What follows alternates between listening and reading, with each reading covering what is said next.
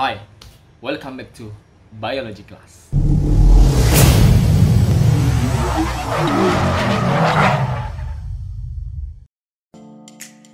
Okay, boys and girls. Now we are going to talk about living organism classification, atau biasa kita kenal sebagai klasifikasi makhluk hidup. Dunia ini terdiri dari biodiversitas atau keanekaragaman hayati yang sangat melimpah. Kita bisa melihat berbagai macam hewan, tumbuhan, dan makhluk hidup lainnya tersebar di seluruh bumi, dan berbahagialah kita sebagai orang Indonesia bahwa kita termasuk negara yang memiliki tingkat keanekaragaman ataupun tingkat biodiversitas yang tinggi di dunia.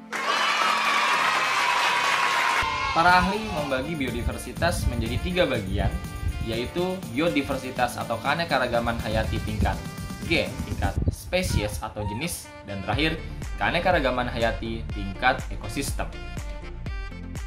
Nah, boys and girls, keberagaman makhluk hidup ini ternyata tidak semuanya berbeda.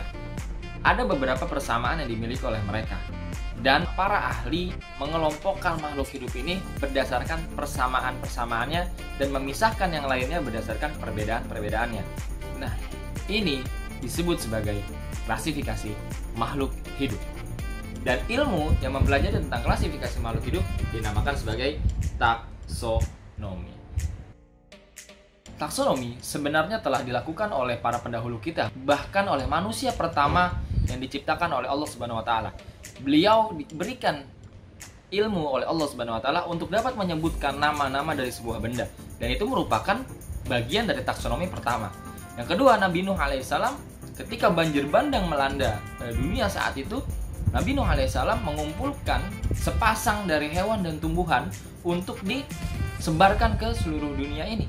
Dan itu merupakan dasar dari taksonomi sekaligus konservasi pertama kali. Dan kalau kita melihat ke Yunani, Aristoteles juga telah melakukan pengelompokan. Walaupun dulu mengelompokkan makhluk hidup hanya terdiri dari 2 bagian saja, yaitu jenis tumbuhan dan jenis hewan. Perkembangan sistem klasifikasi terdiri dari 3 hal. Pertama, klasifikasi sistem artifisial atau buatan. Yang kedua, klasifikasi sistem alami. Dan yang paling terkenal hingga saat ini adalah klasifikasi sistem filogenetik. Klasifikasi ini disusun berdasarkan jauh dekatnya hubungan kekerabatan antara takson yang satu dengan takson yang lain. Ada seorang tokoh yang dinobatkan sebagai bapak taksonomi dunia bernama Carolus Linnaeus karena beliau telah mengelompokkan makhluk hidup berdasarkan tingkat takson dan memberikan mekanisme pemberian nama kepada makhluk hidup yang dia temukan, yang dikenal sebagai aturan binomial nomenklatur, yang memiliki syarat yaitu berbahasa Latin atau dilatinkan, terdiri dari 2 kata. Kata pertama menunjukkan genus dan kata kedua menunjukkan spesies. Dalam pencetakannya harus dicetak miring atau digarisbawahi tanpa disambung di antara 2 kata tersebut. Dan huruf pertama merupakan huruf kapital dan huruf kedua tidak menggunakan huruf kapital. Aturan yang ia buat ini membuat Carolus Linnaeus dinobatkan sebagai bapak taksonomi, walaupun sebenarnya klasifikasi yang dilakukan oleh Carolus Linnaeus masih sangat sederhana. Sama seperti Aristoteles, dia hanya membagi makhluk hidup menjadi 2, yaitu tumbuhan dan juga hewan. Berjalannya waktu membuat taksonomi semakin diminati dan berkembang, bahkan hingga saat ini. Haeckel tahun 1866 membagi makhluk hidup menjadi 3 kingdom, yaitu Protista, Plantae, dan Animalia.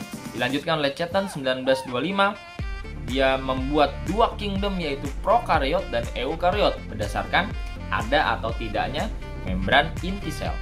Copeland tahun 1938 membuat 4 kingdom, yaitu Monera, Protista, Plantae, dan Animalia.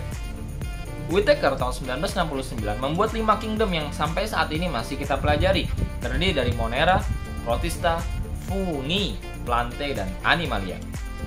Dan seterusnya para ahli terus mengembangkan hingga sampai saat ini. Oleh karena itu, taksonomi belum menjadi sebuah ilmu pasti karena ia selalu berkembang dari masa ke masa hingga detik ini.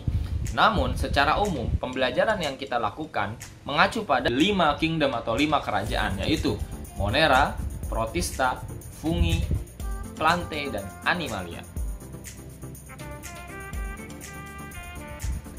Mengapa sih taksonomi harus menjadi ilmu dalam pembelajaran biologi.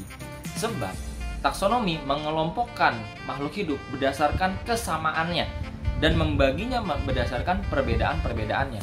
Tentunya ini bermanfaat untuk mempermudah pembelajaran biologi menjadi semakin terperinci, mengelompokkan, sehingga kita tahu kekerabatan antara makhluk hidup dekat atau jauh. Makin banyak persamaannya, maka ia semakin dekat kekerabatannya. Begitupun sebaliknya, semakin sedikit persamaannya dan semakin banyak perbedaannya, maka kekerabatan dia akan semakin jauh. Carolus Linnaeus membagi tingkatan takson menjadi 7, yaitu kingdom, kemudian di bawahnya ada phylum bagi hewan, dan divisio bagi tumbuhan, kelas, ordo, familia, genus, dan spesies. Oke guys, itu pembelajaran yang bisa kita lakukan pada hari ini. Semoga dapat memberikan manfaat, dan kalau ada kesalahan dalam penyampaian kami, tolong dikoreksi seperlunya di kolom komentar ini. Dan stay strong, keep spirit to learn about biology.